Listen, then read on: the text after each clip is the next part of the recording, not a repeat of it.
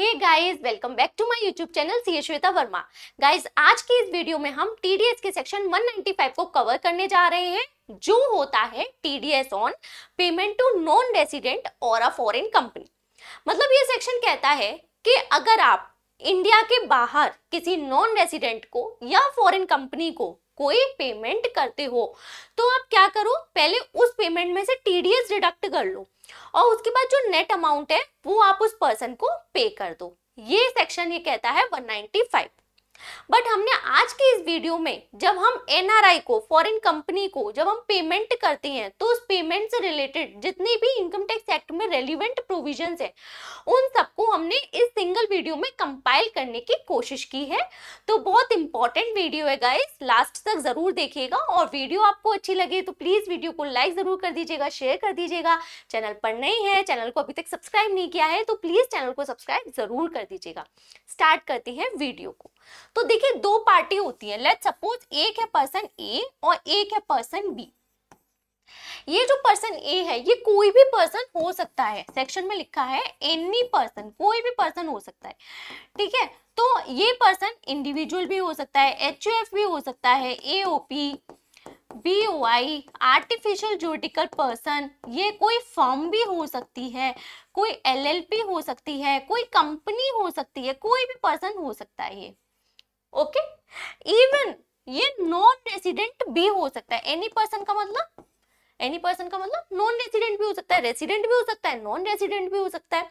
और ये जो सामने वाला पर्सन है ये हमेशा कौन होगा? ये पर्सन या तो कोई नॉन रेसिडेंट होगा या फिर अगर कंपनी होगी तो हमेशा फॉरेन कंपनी होगी, ओके। तो अगर आप कोई पर्सन हो, रेसिडेंट हो या नॉन रेसिडेंट हो, सामने वाला पर्सन कौन है? नॉन रेसिडेंट है और फॉरेन कंपनी है। आप क्या कर रहे हो? इस पर्सन से कोई गुड्स ले रहे हो, ओके। आप कोई गुड्स ले रहे हो या फिर आप सर्विसेज ले रहे हो।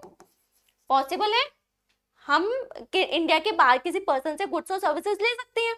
जब हम गुड्स और सर्विसेज लेंगे तो हम उसके रिगार्डिंग पेमेंट भी करेंगे, है ना। तो ये सेक्शन क्या कहता है कि इस पेमेंट में से आप क्या करो, टीडीएस को डिडक्ट कर लेना और उसके बाद में जो माइनस करने के बाद में नेट अमाउंट है ना वो आप पे करना, किसको? नॉन रेसिडेंट को या फॉरेन कंपनी को। ये सेक्शन कहता है। अब आप जब इस सेक्शन 195 को टीडीएस के अदर सेक्शन से कंपेयर करोगे तो आपको ये डिफरेंस देखने को मिलेगा कि इसमें नॉन रेसिडेंट भी कवर है, इसमें नॉन रेसिडेंट भी कवर है, जबकि टीडीएस के जो अदर सेक्शंस हैं उसमें जनरल सेक्शन में जो रेसिडेंट पर्सन है उनको ही कवर किया गया है। और ये जो सामने वाला पर्सन है यहाँ पर ये नॉन रेसिडेंट है या फॉरेन कंपनी है, जबकि टीडीएस के अदर सेक्शंस में ये जो सामने वाला पर्सन है जनरली वो हमेशा रेसिडेंट होता है, ठीक है। बट इस वाले सेक्शन में वो नॉन रेसिडेंट ही होना चाहिए, ठीक है। कुछ एक्सेप्शंस भी हैं, जैसे कि अगर कोई पर्सन सैलरी पे कर रहा है किसी पर्सन को, सैलरी का सेक्शन कौन सा है? सेक्शन 192। तो जब हम सेक्शन 192 में जब हम क्या करते हैं, सैलरी पे करते हैं, जब हम सैलरी पे करते हैं तो सामने वाला पर्सन चाहे रेसिडेंट हो चाहे नॉन रेसिडेंट हो ये फर्क नहीं पड़ता। सैलरी के केस में सेक्शन 192 में ही टीडीएस डिडक्ट होता है, क्योंकि तो अगर ये पर्सन नॉन रेसिडेंट को सैलरी पे कर रहा है तो सेक्शन 195 एप्लीकेबल नहीं होगा बल्कि सेक्शन 192 एप्लीकेबल हो जाएगा। इसके अलावा इंटरेस्ट के कुछ सेक्शन है, जैसे एक सेक्शन है 194 LP। ये सेक्शन क्या कहता है कि अगर नॉन रेसिडेंट को इंफ्रास्ट्रक्चर डेट फंड से कोई इंटरेस्ट रिसीव होती है तो इस सेक्शन में टीडीएस डिडक्ट होगा। एक है सेक्शन 194 LC जो कहता है कि नॉन रेसिडेंट को अगर बिजनेस ट्रस्ट की कोई इंटरेस्ट रिसीव होती है तो इस सेक्शन में टीडीएस डिडक्ट होगा। एक सेक्शन है 194 E, ये कहता है कि अगर ये नॉन रेसिडेंट, अगर कोई स्पोर्ट्स पर्सन है, एंटरटेनर है, एथलीट है तो फिर इस वाले सेक्शन में टीडीएस डिडक्ट होगा। तो आप यहाँ पर देखोगे कि जो 192 है ये रेसिडेंट और नॉन रेसिडेंट, सैलरी के केस में रेसिडेंट नॉन रेसिडेंट दोनों को कवर कर रहा है। ये जो सेक्शन है ये स्पेसिफिकली नॉन रेसिडेंट के लिए है, एक स्पेसिफिक पेमेंट के केस में, राइट। तो अगर कोई पेमेंट इनमें कवर हो रहा है तो वो इस सेक्शन में टीडीएस डिडक्ट होगा। बट इसके अलावा कोई और पेमेंट है, वो पेमेंट जो कि किसी अदर सेक्शन में कवर ही नहीं हो रहे, हमने नॉन रेसिडेंट को किए हैं या फॉरेन कंपनियों किए हैं बट वो किसी अदर सेक्शन में कवर नहीं हो रहे, तो फिर वो सेक्शन 195 में कवर हो जाएंगे। क्योंकि जब आप 195 का नाम पढ़ोगे तो उसमें बोला गया है other sum payable to non resident. Other sum मतलब वो सम जो किसी अदर सेक्शंस में कवर नहीं है। क्लियर हो गया? तो यहाँ पर पेमेंट कर रहे हो, ठीक है, और वो पेमेंट ऐसा है जो किसी अदर सेक्शन में कवर नहीं किया गया है। पहली बात क्लियर हो गई होगी। दूसरी बात आपको ध्यान रखनी है कि ये पेमेंट ऐसा होना चाहिए जो कि इस वाले, ये जो नॉन रेसिडेंट है इसकी इनकम होनी चाहिए। तो आप पेमेंट कर रहे हो और नॉन रेसिडेंट की वो इनकम है जिस पर इंडिया में टैक्स लगना है, ठीक है। तो इनकम है chargeable to tax in India. Let's suppose यहाँ पे कोई फादर है, फादर का जो सन है वो इंडिया के बाहर रहता है, लेट्स सपोज स्टडीज के लिए गया हुआ है। अब वो उसको कोई पेमेंट भेज रहे हैं, उसको मतलब कुछ पैसे भेज रहे हैं उसकी स्टडीज के लिए या उसके मेंटेनेंस के लिए, तो इस तरह का क्या उसकी इनकम है, ये सन की इनकम है? Then answer is no. अगर ये कोई पर्सन है नॉन रेसिडेंट को, इंडिया के बाहर किसी पर्सन को ये पर्सन लोन दे रहा है, तो क्या लोन इस पर्सन की इनकम है? Then answer is no. तो जब इनकम ही नहीं होती तो टीडीएस किस बात का डिडक्ट होगा, राइट? अगर कोई ये पर्सन है, ये इंडिया के बाहर किसी फर्म में क्या है, पार्टनर है, और उस पार्टनरशिप फर्म में वो कैपिटल को कंट्रीब्यूट कर रहा है, तो क्या फर्म की कैपिटल जो है वो इनकम है? Then answer is no. तो आपको ध्यान क्या रखनी चाहिए, पहले तो ये जो फर्स्ट आपको ध्यान रखना है अदर सम होना चाहिए जो कि किसी अदर सेक्शन में कवर्ड ना हो। दूसरी बात आपको ध्यान रखनी है कि नॉन रेसिडेंट की इनकम होनी चाहिए, जो भी पेमेंट हो रहा है नॉन रेसिडेंट की इनकम होनी चाहिए which is chargeable to tax in India, जिस पर उसको इंडिया में टैक्स पे करने की उसके ऊपर लायबिलिटी बनती हो। ओके, इनकम होना जरूरी है। इनकम कैसे, जैसे हो सकता है, कौन कौन सी इनकम हो सकती है? डिविडेंड पे कर रही हो कोई कंपनी, ठीक है, इंडियन कंपनी के शेयर्स होल्ड कर रखे हैं, उसके डिविडेंड पे कर रही है तो वो इनकम हो गई। अगर किसी तरीके का इंटरेस्ट पे कर रहा है कोई पर्सन, या फिर डिवेंचर्स होल्ड कर रखे हैं इसने किसी इंडियन कंपनी के, उसकी इंटरेस्ट पे की जा रही है क्योंकि ये इंटरेस्ट इसमें कवर्ड नहीं है, तो हो जाएगा। रॉयल्टी अगर पे की जा रही है, फीस फॉर टेक्निकल सर्विसेज हैं, अगर इसका इंडिया में कोई कैपिटल गेन होता है शेयर्स को सेल करने का, डिवेंचर्स को सेल करने का, या इसकी इंडिया में प्रॉपर्टी है, ओके, तो फिर उसकी इनकम हो रही है, इन सब पर इसको इंडिया में टैक्स पे करना है। कोई प्रोफेशनल फीस पे की जा रही है, कोई टेक्निकल फीस पे की जा रही है, ठीक है, तो इस तरह का किसी भी तरीके का पेमेंट है, कोई रेंट पे किया जा रहा है ना, तो ये जो पेमेंट है जो कि स्पेसिफिकली किसी अदर सेक्शंस में कवर नहीं है बट ये इस पर्सन की इनकम है, तो फिर इस वाले ये सेक्शन क्या कहता है, आप टीडीएस डिडक्ट करोगे, उसके बाद में नेट अमाउंट आप पे करोगे। और ध्यान ये भी रखना है कि जो इनकम पे की जा रही है वो एग्जेम्प्ट नहीं होनी चाहिए। लेट्स सपोज क्या होता है ना, ये जो नॉन रेसिडेंट होता है इसका इंडिया में एक एनआरई अकाउंट होता है, ये आपको पता होना चाहिए कि इंडिया में जो एनआरई अकाउंट होता है उसकी जो इंटरेस्ट पे की जाती है वो फुल्ली एग्जेम्प्ट होती है, उस पर कोई टैक्स नहीं लगता। तो बैंक जब इंटरेस्ट पे करेगी एनआरई अकाउंट में तो बैंक टीडीएस उस पर डिडक्ट नहीं करती क्योंकि वो एग्जेम्प्ट होती है। तो इनकम होनी चाहिए और वो एग्जेम्प्ट ना हो, ओके, तो उस पर टीडीएस डिडक्ट किया जाएगा। इतनी बात क्लियर हो गई, ये तो हो गई इनकम की बात। दूसरी बात हम करते हैं थ्रेशोल्ड लिमिट। तो आप अगर किसी अदर सेक्शन में देखोगे तो हर सेक्शन में थ्रेशोल्ड लिमिट दे रखी है, 192 में नहीं है बट अदर सेक्शंस में थ्रेशोल्ड लिमिट है कि 10,000 से ज्यादा का पेमेंट हो तो टीडीएस डिडक्ट किया जाएगा, 50,000 से ज्यादा का पेमेंट हो टीडीएस डिडक्ट किया जाएगा, इस तरह से। बट इस सेक्शन में कोई भी थ्रेशोल्ड लिमिट नहीं है। अगर आप नॉन रेसिडेंट को 1 रुपए का भी पेमेंट करते हो जो उसकी इनकम है तो आप टीडीएस डिडक्ट करोगे, तो यहाँ पर थ्रेशोल्ड लिमिट नहीं है क्योंकि गवर्नमेंट ना किसी तरह का रिस्क नहीं लेना चाहती। देखो नॉन रेसिडेंट पर्सन है, इंडिया के बाहर रहता है, अब गवर्नमेंट उससे टैक्स कैसे वसूल करेगी, वो तो इंडिया के बाहर है, उसको पकड़ ही नहीं सकती। रेसिडेंट को तो वो पकड़ पकड़ कर लेट फीस, इंटरेस्ट, पेनल्टी भर भर कर अमाउंट को जो है वो इम्पोज कर सकती है, बट नॉन रेसिडेंट को गवर्नमेंट नहीं पकड़ सकती। तो इसलिए गवर्नमेंट ना कोई रिस्क नहीं लेना चाहती। गवर्नमेंट कहती है आप 1 रुपए का भी पेमेंट कर रहे हो ना तो आप हमको टीडीएस भैया पहले दे दो, उसके बाद में नेट अमाउंट आप पे करो, ठीक है। उसके बाद में रेट क्या होगी इस सेक्शन में, आप देखेंगे टीडीएस के अदर सेक्शंस में, तो हर सेक्शन में कुछ ना कुछ रेट दी गई है। 1% से डिडक्ट करना है, 2% से करना है, 10% से करना है, 20% से करना है, किसी किसी सेक्शन में 30% से भी टीडीएस डिडक्ट होता है। बट ये वाला जो सेक्शन है ना 195, इसमें कोई स्पेसिफिक रेट नहीं दे रखी, क्योंकि ये सेक्शन क्या है, रेसिडुअरी सेक्शन है ना। इसमें वेरियस पेमेंट्स कवर किए जा रहे हैं, अलग अलग तरह के पेमेंट, जो भी पेमेंट आप नॉन रेसिडेंट को कर रहे हो जो किसी अदर सेक्शन में नहीं है, वो इस सेक्शन में आ जाएगा। तो इस वाले केस में क्या है कि कोई एक रेट नहीं दे रखी। यहाँ पर क्या बोल रहा है, ये सेक्शन कहता है जो भी रेट इनफोर्स होगी, जो भी रेट इनफोर्स होगी वो आपकी लग जाएगी। रेट इनफोर्स क्या है, ये चेक करने के लिए आपको फाइनेंस एक्ट में जाना पड़ेगा। कैसे, जैसे कि अभी हमारा फाइनेंशियल ईयर कौन सा चल रहा है, फाइनेंशियल ईयर 25-26 चल रहा है। अब फाइनेंशियल ईयर 25-26 में जब आप नॉन रेसिडेंट को पेमेंट करोगे, इसके लिए कौन सा फाइनेंस एक्ट एप्लीकेबल हो जाएगा, फाइनेंस एक्ट 25। ओके, तो जो ये फाइनेंशियल ईयर है तो इसके लिए हमें पहले चेक करना है कि कौन सा फाइनेंस एक्ट एप्लीकेबल होगा। फाइनेंस एक्ट 25 एप्लीकेबल होगा।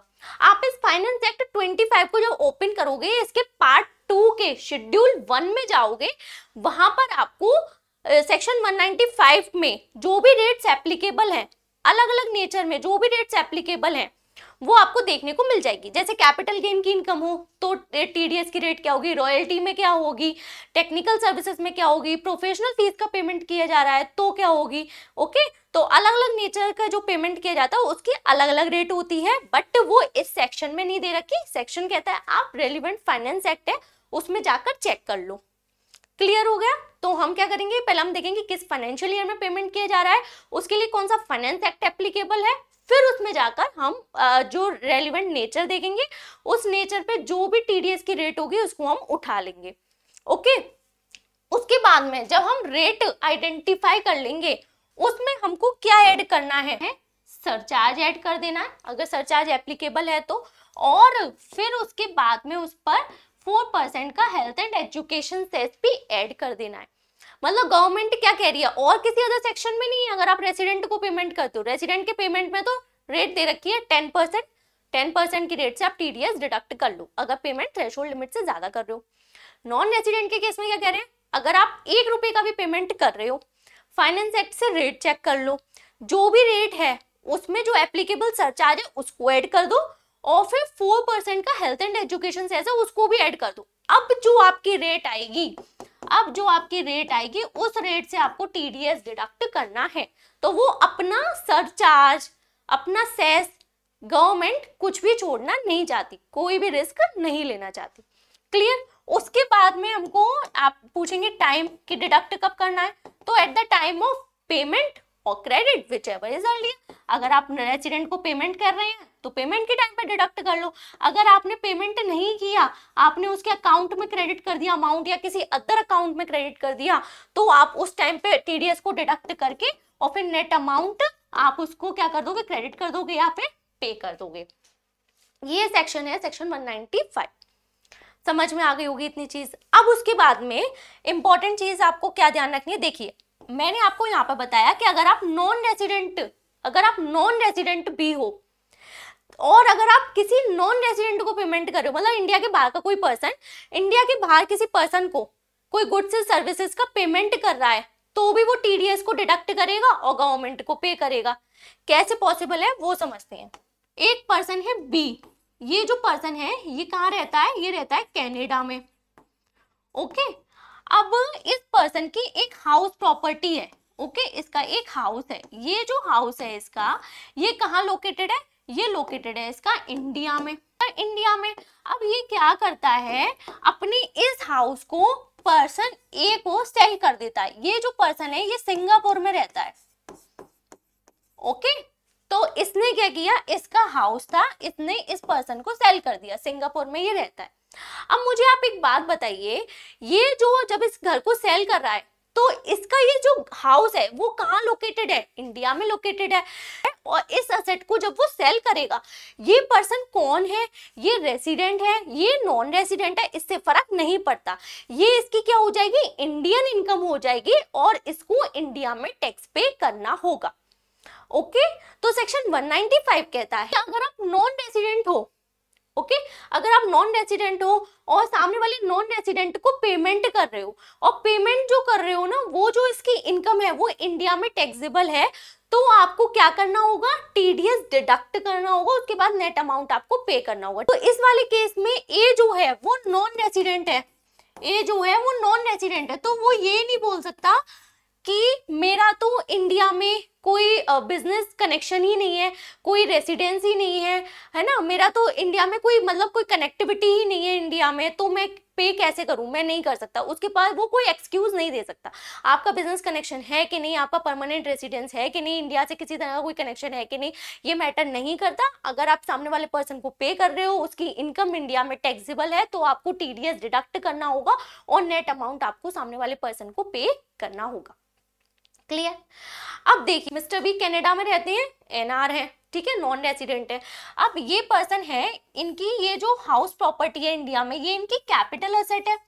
ओके ये इनकी कैपिटल एसेट है। अब जब ये इसको सेल करेंगे तो इस पर कैपिटल गेन जो होगा वो जनरेट होगा, ठीक है, और कैपिटल गेन पर इंडिया में क्या लग जाएगा, टैक्स लग जाएगा, ठीक है। अब लेट्स सपोज कि इनकी ये जो हाउस प्रॉपर्टी है जो इन्होंने सेल की थी, ठीक है, इसका जो सेल प्राइस है वो है 1 करोड़, 1 करोड़ रुपीस में इन्होंने मिस्टर ए को सेल की थी। बट इन्होंने इसकी जो कॉस्ट ऑफ एक्विजिशन थी, इन्होंने जब एक्वायर किया था तो वो 50 लाख में एक्वायर किया था, तो इनका कैपिटल गेन कितना हुआ, 50 लाख रुपीस का। टैक्स किस पर लगेगा, जब ये इंडिया में आईटीआर फाइल करेंगे, टैक्स पे करेंगे, तो ये जो 50 लाख का इनका कैपिटल गेन हुआ है ना, इस पर इनको टैक्स पे करना होगा, इसी पर ही तो करती है। ओके बट जब ये पर्सन टीडीएस डिडक्ट करेगा, ये पेमेंट कितने का कर रहा है, 1 करोड़ रुपीस का पेमेंट कर रहा है, तो ये क्या करेगा, इस 1 करोड़ रुपीस पर ही टीडीएस डिडक्ट करेगा। ये क्या करेगा, ये कैलकुलेशन करने नहीं बैठेगा कि सेल प्राइस कितना है, कॉस्ट ऑफ एक्विजिशन कितनी थी, अच्छा इसका कैपिटल गेन 50 लाख का है, नहीं, ये सारी कैलकुलेशन नहीं करेगा। ये बस क्या देखेगा, मैं 1 करोड़ रुपीस पे कर रहा हूं, तो 1 करोड़ रुपीस जो होगी, जो 1 करोड़ रुपीस है, इस पर ये जो फाइनेंस एक्ट होगा उससे उस पर रेट उठाएगा, फाइनेंस एक्ट से रेट उठाएगा, किसकी, जब कैपिटल एसेट सेल हो जाती है। ओके तो उस पर टीडीएस का क्या रेट है, इस तरह से फाइनेंस एक्ट से रेट उठा लेगा और उस रेट में सरचार्ज ऐड कर देगा और फिर सेस ऐड कर देगा। अब ये जो रेट होगी ये 1 करोड़ रुपीस पर इसका जो टीडीएस है वो डिडक्ट कर देगा और नेट अमाउंट जो है वो पे कर देगा इस पर्सन को, और ये जो टीडीएस है ये किसको पे करेगा, इंडियन गवर्नमेंट को पे कर देगा। क्लियर? अब आप यहाँ पर देखो कि ये जो पर्सन है बी, इसका कितना लॉस हो गया, इसका तो कैपिटल गेन कितना है 50 लाख का, जब ये इंडिया में टैक्स पे करेगा तो 50 लाख पे टैक्स पे करेगा, बट इसका टीडीएस कितने पर डिडक्ट हो गया, इसका टीडीएस तो 1 करोड़ रुपीस पर डिडक्ट हो गया, राइट। अब यहाँ पर इसी वजह से एक कॉन्सेप्ट और होता है यहाँ पर, वो होता है सर्टिफिकेट का, लोअर सर्टिफिकेट का कॉन्सेप्ट, कि ये जो पर्सन ए है जिसको हम बोलते हैं डिडक्टर, जो कि टीडीएस को डिडक्ट करेगा, किसका, पर्सन बी का, ओके क्योंकि इसको पेमेंट करा है। अब यहाँ पर ये जो पर्सन ए है ये क्या कर सकता है, एप्लीकेशन दे सकता है, किसको एप्लीकेशन दे सकता है, असेसिंग ऑफिसर को एप्लीकेशन दे सकता है कि ये जो पर्सन है नॉन रेसिडेंट या फॉरेन कंपनी, इसका जब टैक्स है एक्चुअल में जो इंडिया में टैक्स पेबल है वो तो बहुत कम अमाउंट पर पेबल है, बट जो इसका टीडीएस डिडक्ट हो रहा है वो काफी ज्यादा अमाउंट पर टीडीएस डिडक्ट हो रहा है, तो आप लोअर अमाउंट पर टीडीएस को डिडक्ट करने की परमिशन दे दीजिए। तो ये रिक्वेस्ट किस चीज की कर सकता है, लोअर अमाउंट पर आप टीडीएस को डिडक्ट करने की परमिशन दे दीजिए, या फिर अगर आप लोअर अमाउंट पर टीडीएस डिडक्ट नहीं करवाना चाहते, अगर या तो क्या करो, आप ये जो 50 लाख है इस पर टीडीएस डिडक्ट करवा दो, या फिर अगर 1 करोड़ पर ही टीडीएस डिडक्ट करना है, अगर 1 करोड़ पर ही टीडीएस डिडक्ट करना है तो इतनी हायर रेट से टीडीएस डिडक्ट मत करवाओ, आप क्या करो 1 या 2% मतलब लोअर रेट से टीडीएस डिडक्ट करवा लो। अब लेट सपोज फाइनेंस एक्ट में 12.5% की रेट दे रखी है टीडीएस की, इसमें सरचार्ज ऐड होगा, इसमें फिर health and education cess add होगा, तो इस तरह से 13% 14% ये रेट जा सकती है। तो इतनी हायर रेट से टीडीएस डिडक्ट करवाने की जगह आप जो है जो टीडीएस की रेट है आप उसको लो कर दो, तो लोअर अमाउंट पर या फिर लोअर रेट पर टीडीएस को डिडक्ट करने की आप परमिशन दे दो। असेसिंग ऑफिसर इसकी एप्लीकेशन को कंसीडर करेगा, अगर उसको लगेगा कि रिक्वेस्ट जो है वो जेन्युइन है तो वो क्या कर देगा, इसको सर्टिफिकेट इश्यू कर देगा।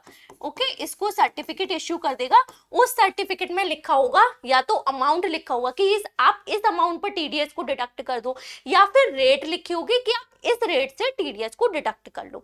तो जो भी अमाउंट या रेट होगी ये फिर उससे उसके टीडीएस को डिडक्ट कर देगा। क्लियर? अगर ये जो पर्सन है नॉन रेसिडेंट, इसको लगता है कि इसकी जो इनकम है उस पर टैक्स ही नहीं लगना चाहिए, ओके, तो ये भी क्या कर सकता है, एप्लीकेशन दे सकता है। किसको एप्लीकेशन दे सकता है? असेसिंग ऑफिसर को।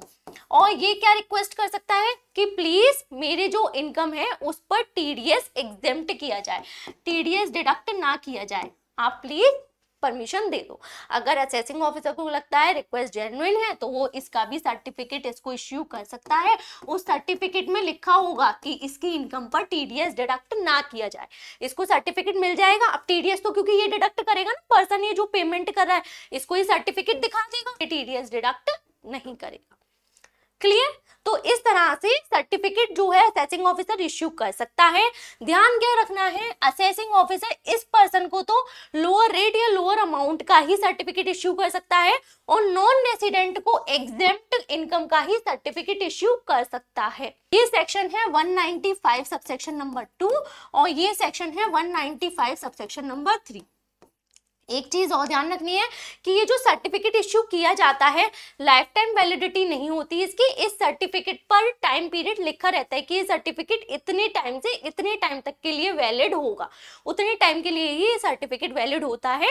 हालांकि अगर असेसिंग ऑफिसर को ये लगता है कि नहीं सर्टिफिकेट कैंसिल करना चाहिए तो वो सर्टिफिकेट टाइम पीरियड से पहले भी उसको कैंसिल कर सकता है। तो उसके बाद में एक कॉन्सेप्ट आता है DTAA, बहुत ही इंपॉर्टेंट कॉन्सेप्ट है।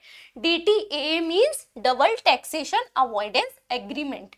ये क्या होता है? ये क्या कहता है, एक है पर्सन बी, ये कहाँ रहते हैं, कनाडा में रहते हैं, कनाडा के रेसिडेंट है, ओके, इनकी हाउस प्रॉपर्टी है जो कि इंडिया में सिचुएटेड है। अब ये जब अपनी इंडिया के हाउस प्रॉपर्टी को सेल करेंगे तो इस वाले केस में इनकी जो इनकम होगी वो इंडियन इनकम होगी, क्योंकि प्रॉपर्टी कहाँ लोकेटेड है, इंडिया में लोकेटेड है। किस पर्सन को सेल कर रहे हैं वो मैटर नहीं करता, वो रेसिडेंट भी हो सकता है, वो नॉन रेसिडेंट भी हो सकता है। इस इनकम पर इनको इंडिया में टैक्स पे करना होगा, प्लस क्योंकि कनाडा के रेसिडेंट है तो इनको अपनी रेसिडेंट कंट्री कनाडा में भी टैक्स पे करना होगा। तो एक इनकम पर इनको इंडिया में भी टैक्स पे करना पड़ा है, अपनी रेसिडेंट कंट्री में भी टैक्स पे करना पड़ा है, तो यहाँ पर क्या हो गया, डबल टैक्सेशन हो गया। तो नॉन रेसिडेंट को इस तरह से डबल टैक्सेशन फेस करना पड़ता है। तो यहाँ पर क्योंकि एक पर्सन पर एक इनकम पर जो है डबल टैक्स लग रहा है, इसको अवॉइड करने के लिए कंट्रीज क्या करती हैं, आपस में एग्रीमेंट कर लेती हैं।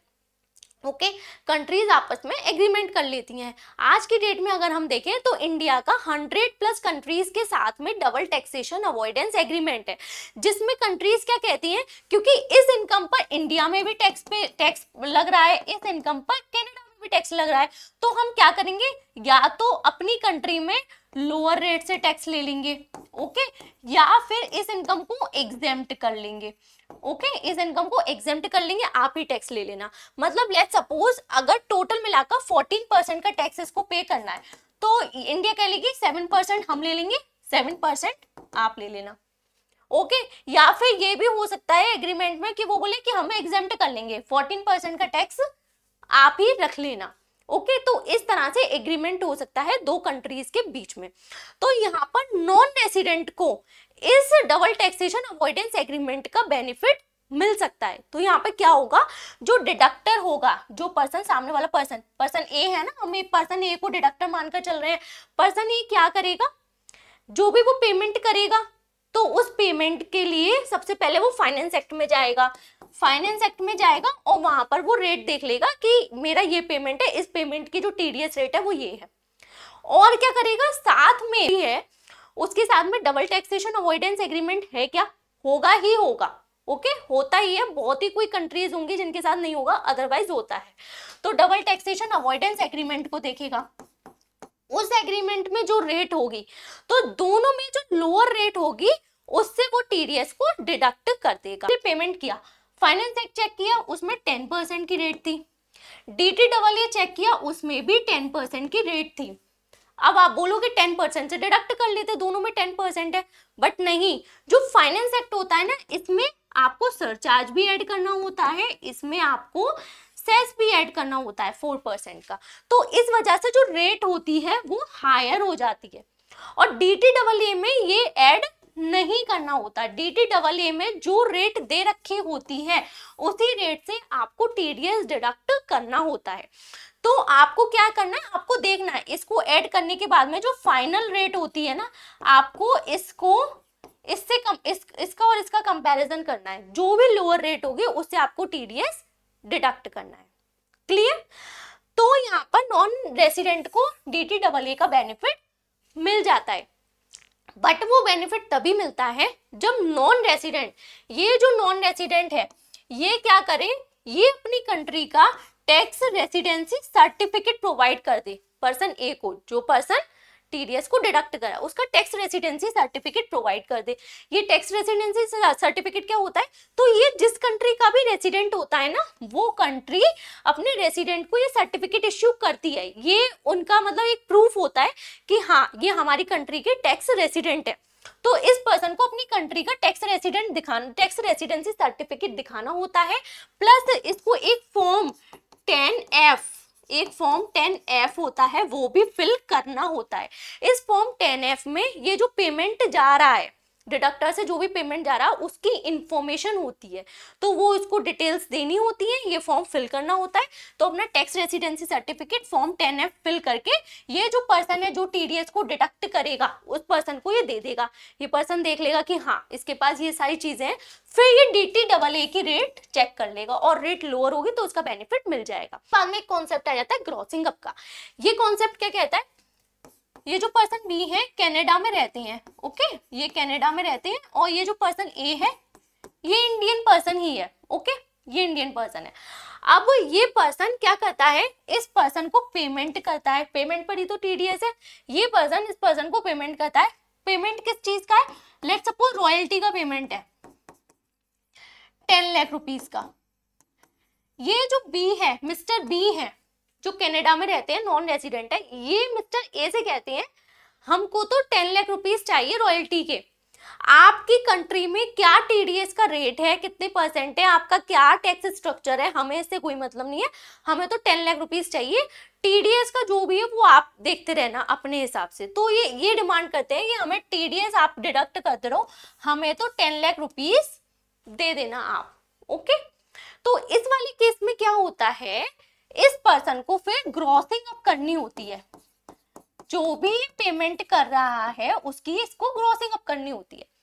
लेट्स सपोज अब ये क्या करेगा, रॉयल्टी का पेमेंट है, अब इसके लिए फाइनेंस एक्ट चेक करेगा। फाइनेंस एक्ट में रॉयल्टी की रेट है 10%, ठीक है। इसमें ये क्या कर देगा, सरचार्ज ऐड कर देगा, और इसमें ये सेस ऐड कर देगा। अब जो फाइनल रेट होगी ये इसको पता चल जाएगी। ये पर्सन क्या करता है, अपना टैक्स रेसिडेंसी सर्टिफिकेट भी दे देता है, फॉर्म 10F फिल करके दे देता है। तो इसलिए इसके पास अब ये कहता है ठीक है, तो इसका मतलब आपको DTAA का बेनिफिट मिल जाएगा। अब ये double taxation avoidance agreement check करता है, वहां पर जो रॉयल्टी की रेट है वो भी 10% है, ओके। तो अब ये टैक्स रेट जो होगी वो बेनिफिशियल हो गई, यहाँ तो टैक्स रेट हायर हो जाएगी इनको ऐड करने के बाद में। तो 10% की रेट से ये 10 लाख पर जो है वो टीडीएस डिडक्ट करना होगा। बट ये कह रहा है कि हमें तो 10 लाख ही चाहिए, तो इसका मतलब क्या हुआ, ये जो 10 लाख है ये क्या हो जाएगा, नेट अमाउंट। इसको हम सपोज करेंगे, ये पर्सन सपोज करेगा ये 10 लाख रुपीस जो है वो मैं 10% की टीडीएस जो है वो डिडक्ट करने के बाद दे रहा हूं। मतलब ये जो 10 लाख रुपीस हैं ये किसके इक्वल है, ये 90 के इक्वल है। परसेंट का टीडीएस है वो माइनस करने के बाद ये 90 के इक्वल हो गया। तो 100 के इक्वल कितना होगा, ये आ जाएगा 11,11,111 रुपए। इतने रुपए, इतने का ये आ गया, ठीक है। तो ये माना जाएगा कि रॉयल्टी की इनकम इस पर्सन की इतनी थी, इसमें 10% का जो टीडीएस था वो डिडक्ट किया गया, 1,11,111। ये डिडक्ट करने के बाद में 10 लाख रुपए आए, नेट अमाउंट टीडीएस का आया जो कि नेट अमाउंट आया रॉयल्टी का, जो हमने इसको पे कर दिया। तो इस तरह से ग्रॉसिंग अप की जाती है।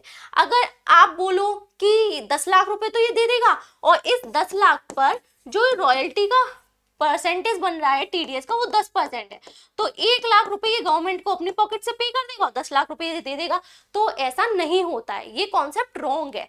आपको क्या करना पड़ेगा, इसको 100 के इक्वल लाना पड़ेगा, ये पहले मानना पड़ेगा ये 90 के इक्वल है, ठीक है। टीडीएस डिडक्ट करने के बाद 90 के इक्वल है, 100 के इक्वल इतना हुआ, इस पर 10% का टीडीएस इतना हुआ, नेट अमाउंट इतना हुआ। तो ये जो पर्सन है ये 1,11,111 रुपए गवर्नमेंट को पे कर देगा टीडीएस के। नेक्स्ट कॉन्सेप्ट आता है सेक्शन 206AA। ये कॉन्सेप्ट आपको पता ही होगा कि क्या होता है कि जब भी कोई पर्सन सामने वाले पर्सन का टीडीएस डिडक्ट करता है तो पहले इस पर्सन को इसका पैन नंबर चाहिए होता है। ये इससे बोलता है अपना पैन नंबर दो। अगर इस पर्सन के पास पैन नंबर है तो ठीक है, जो रेट होती है उससे वो टीडीएस डिडक्ट कर लेता है। बट अगर इस पर्सन के पास इसका पैन नंबर नहीं होता तो जो टीडीएस की एक्चुअल रेट होती है वो या फिर 20% विच एवर इज हायर, जो हायर रेट होती है उससे इस पर्सन को टीडीएस डिडक्ट करना होता है। बट यहाँ पर जो नॉन रेसिडेंट है, अगर ये पर्सन नॉन रेसिडेंट है तो इसको रिलैक्सेशन मिल जाती है। इसको क्या मिल जाती है, रिलैक्सेशन मिल जाती है। यहाँ पर ये जो सेक्शन 206AA है इसके ये जो प्रोविजंस है वो एप्लीकेबल नहीं होते। रिलैक्सेशन कब मिलेगी, अगर इस पर्सन के पास पैन नंबर नहीं है तो ये पर्सन कहेगा कि आप अपना name, address, email ID, phone number हमको दे दो, आप अपनी कंट्री का टैक्स रेसिडेंसी सर्टिफिकेट दे दो, जो कि मैंने आपको बताया था हर एक कंट्री का जो रेसिडेंट कंट्री होती है उसकी टैक्स रेसिडेंसी सर्टिफिकेट होता है, वो दे दो। और आप अपना जो है टिन नंबर है वो दे दो, टैक्स आइडेंटिफिकेशन नंबर। जैसे हमारी कंट्री में पैन नंबर होता है जब हम अपना आईटीआर फाइल करते हैं, ऐसे अदर कंट्री में जब लोग अपना एनआरआई जब अपना आईटीआर फाइल करते हैं तो उनके पास टिन नंबर होता है, टैक्स आइडेंटिफिकेशन नंबर। तो कुछ इंफॉर्मेशन होती है, अगर सामने वाला पर्सन नॉन रेसिडेंट डिडक्टर को वो इंफॉर्मेशन प्रोवाइड कर देता है तो सेक्शन 206AA के प्रोविजंस एप्लीकेबल नहीं होते। उसके बाद रिस्पॉन्सिबिलिटी, डिडक्टर जो है, जो पर्सन ए है, ठीक है, जो पर्सन बी नॉन रेसिडेंट का टीडीएस डिडक्ट कर रहा है, इसकी रिस्पॉन्सिबिलिटी क्या होगी, जैसे ही ये पेमेंट करेगा नॉन रेसिडेंट को 1 रुपए का भी पेमेंट करेगा जो कि इसकी इनकम है जिस पर इसको इंडिया में टैक्स की लायबिलिटी बन रही है, इसके ऊपर रिस्पॉन्सिबिलिटी क्या आ गई, टीडीएस डिडक्ट करने की।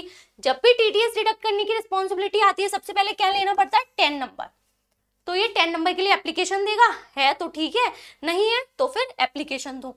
10 नंबर है, फिर ये क्या करेगा, जब भी पेमेंट करेगा या अमाउंट को क्रेडिट करेगा टीडीएस को डिडक्ट कर लेगा। टीडीएस डिडक्ट करके अपने पास तो रखेगा नहीं, किसको पे करेगा, गवर्नमेंट को पे कर देगा। तो टीडीएस पे करेगा किसको, गवर्नमेंट को। टीडीएस कब पे करना होता है, अगर अप्रैल में डिडक्ट किया तो अप्रैल का नेक्स्ट मंथ क्या है, 7 मई तक इसको पे करना है, 7th ऑफ नेक्स्ट मंथ। मई में अगर टीडीएस डिडक्ट किया है तो 7 जून तक पे कर दो, जून में डिडक्ट किया है तो 7 जुलाई तक पे कर दो। इस तरह से पेमेंट करना होता है गवर्नमेंट को।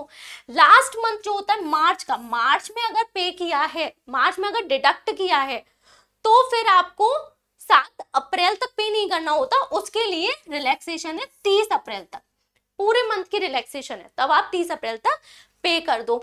उसके बाद पेमेंट तक ही बात खत्म नहीं होती। अब ये जो पर्सन है इसको टीडीएस का रिटर्न भी फाइल करना होता है, जैसे हमारे इनकम टैक्स में होता है ना, पेमेंट अलग चीज होती है और इनकम टैक्स रिटर्न अलग चीज होती है। सेम टीडीएस जो होता है, टीडीएस का पेमेंट अलग चीज होती है, फिर टीडीएस का रिटर्न भी फाइल करना होता है। तो टीडीएस का जो होता है क्वार्टरली रिटर्न फाइल किया जाता है, ठीक है। तो जो फर्स्ट क्वार्टर होता है अप्रैल मई जून, इसका जो होता है 31 जुलाई तक, नेक्स्ट फुल मंथ होता है 31 जुलाई तक फाइल कर दो। फिर उसके बाद जुलाई अगस्त सितंबर का 31 अक्टूबर तक कर दो, अक्टूबर नवंबर दिसंबर का 31 जनवरी तक कर दो। फिर जनवरी फरवरी मार्च जो होती है उस वाले केस में 31 मई तक कर दो। वो पूरा मतलब अप्रैल नहीं दे रखा, उसके लिए नेक्स्ट मंथ दे रखा है, क्योंकि अप्रैल तक तो पेमेंट की ही डेट है, तो उसके नेक्स्ट मंथ आप 31 मई तक कर दो। ओके और फॉर्म क्या होता है 27Q, फॉर्म 27Q में टीडीएस रिटर्न फाइल किया जाता है। बट मैंने बताया था सैलरी का पेमेंट, अगर आप सैलरी का पेमेंट कर रहे हो नॉन रेसिडेंट को तो सेक्शन 192 में टीडीएस डिडक्ट करना है, और सेक्शन 192 में टीडीएस डिडक्ट करती हैं तो उस वाले केस में 24Q फॉर्म होता है, वो फाइल किया जाता है, ठीक है, रिटर्न के लिए। उसके बाद में क्या होगा, यहाँ पे बात खत्म नहीं होगी, टीडीएस सर्टिफिकेट इश्यू करना होगा सामने वाले पर्सन को, इस पर्सन को सर्टिफिकेट भी इश्यू करना होगा, फॉर्म 16A, ठीक है, इस बात का प्रूफ कि हमने आपका टीडीएस डिडक्ट कर दिया है, उसका सर्टिफिकेट इश्यू करना होगा। उसके बाद में जब ये पर्सन सामने वाले पर्सन को पेमेंट करता है टीडीएस डिडक्ट करने के बाद में, तो पेमेंट करने के लिए इसको पेमेंट करने से पहले फॉर्म 15CA और 15C भी फाइल करने होती हैं।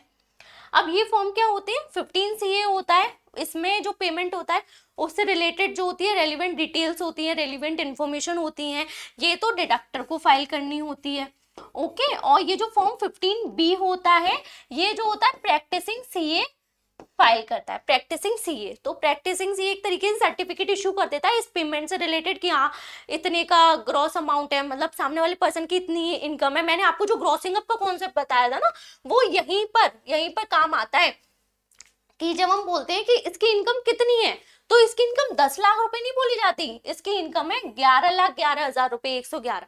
टीडीएस कितना डिडक्ट हुआ, टीडीएस इतना डिडक्ट हुआ, नेट अमाउंट कितना पे कर रहे हैं, इतना पे कर रहे हैं। ये सारी इंफॉर्मेशन जब होती है ना, ये दी जाती है जब क्या करते हैं, पेमेंट करते हैं, ओके। और ये पेमेंट ये नहीं है कि आप टीडीएस का पेमेंट कर रहे हो तभी फॉर्म फाइल किया जाएगा। अगर अपने सन को कोई पेमेंट कर रहे हैं, कोई अमाउंट ट्रांसफर कर रहे हैं, है ना, जिस पर टीडीएस डिडक्ट नहीं होना, उस केस में भी ये फॉर्म फाइल किए जाते हैं। ये तो डिडक्टर करेगा और ये एक सर्टिफिकेट इशू कर देगा कि हाँ सारी इन्फॉर्मेशन है, सारा डेटा जो है वो करेक्ट है, ये हो गया। तो ये सारी रिस्पॉन्सिबिलिटी होती है डिडक्टर की। और जो सेक्शन थे रेलिवेंट, जो सेक्शन थे नॉन रेसिडेंट को पेमेंट के, वो मैंने आपको बता दिए।